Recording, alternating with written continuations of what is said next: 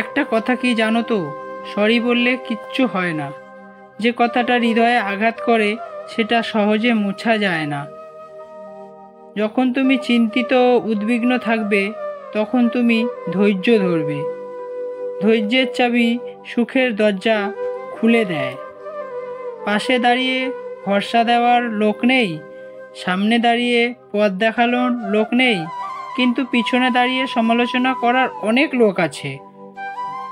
যত বড় হবে ততই বুঝতে পারবে পৃথিবীতে প্রয়োজন ছাড়া কেউ আপন হয় না। কখনো কোনো কাজে হাল ছেড়ে দিও না। মনে রেখো, কাজটা যদি সহজ হতো তাহলে সবাই করত। জ্ঞানীরা আগে চিন্তা করে তারপর কথা বলে, আর নির্বোধেরা আগে কথা বলে তারপর চিন্তা করে। তর্কের চেয়ে নীরবতাই ভালো। প্রতিশোধ নেওয়ার চেয়ে রাস্তা বদলে ফেলা ভালো। আর স্বার্থপর মানুষের পাশে চলার চেয়ে একা একা চলা অনেক ভালো। পৃথিবীতে সবথেকে শক্তিশালী প্রতিশোধ হলো নিশ্চুপ থাকা। তাই বলে যে ভেবো না তুমি হেরে গেছো।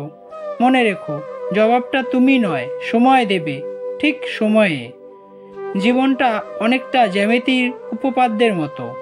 চিত্র দেখলে মনে হয় খুব সহজ, কিন্তু প্রমাণ করতে গেলেই বোঝা যায় কতটা কঠিন।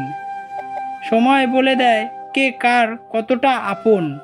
সময়ের সাথে বদলে যায় অনেক প্রিয়জন। সময়ের সাথে বোঝা যায় কে আপন কে পর, কে বন্ধু কে বা স্বার্থপর। কয়লাকে যতবার ধুলেও তার ময়লা যায় না, তেমনি মানুষ বহু শিক্ষিত হলেও তার স্বভাব বদলায় না।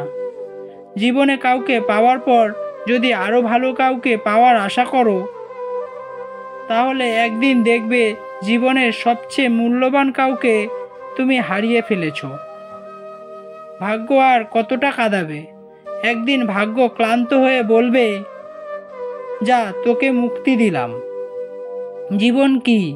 জীবন আর ভালোবাসা বুঝতে আপনাকে 3টি স্থানে যেতে হবে। 1 হাসপাতাল, 2 কবরস্থান বা শ্মশান, 3 কারাগার। হাসপাতালে গেলে আপনি বুঝতে পারবেন সুস্থতা ছাড়া আর কিছুই সুন্দর নয়। কারাগারে গেলে আপনি দেখতে পাবেন স্বাধীনতা সবচেয়ে মূল্যবান জিনিস। কবরস্থান বা শ্মশানে গেলে আপনি বুঝতে পারবেন জীবনের কোনো মূল্য নেই।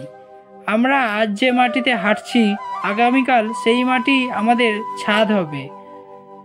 দুঃখজনক সত্য, আমরা কিছু নিয়ে আসি না, আবার কিছু নিয়েও যেতেও পারি না। আয়না হলো মানুষের প্রকৃত বন্ধু।